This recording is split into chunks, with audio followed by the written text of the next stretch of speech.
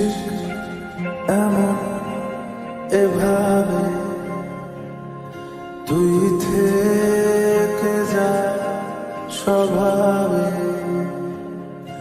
আমি বুঝেছি ক্ষতি নেই আর তুই ছাড়া গতি নেই। ছুঁয়ে দে আগুন ফুটে যাবে ফুল ভিজে যাবে গা। কথা দেওয়া গেলে যাবি চোখের বাইরে মা। ছুঁয়ে দে আগুন ফুটে যাবে